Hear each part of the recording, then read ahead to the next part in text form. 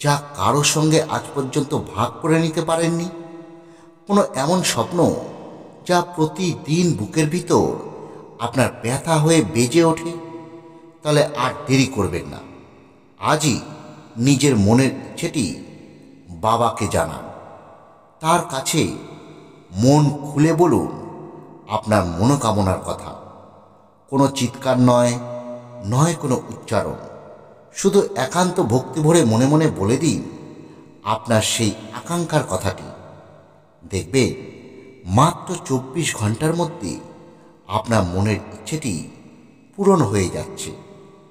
কারণ বন্ধুরা, চলছে শ্রাবণ মাস, আর শ্রাবণ মাস মানেই মহাদেবের প্রিয়তম মাস। আর এই সময় আপনি যদি 108 বার শ্রবণ করতে পারেন ভগবান শিবের এই কল্পবৃক্ষ মন্ত্র, তাহলে বন্ধুরা শুনে রাখুন, আজই আপনার মনের ইচ্ছেটি পূরণ করবে স্বয়ং ভোলেনাথ।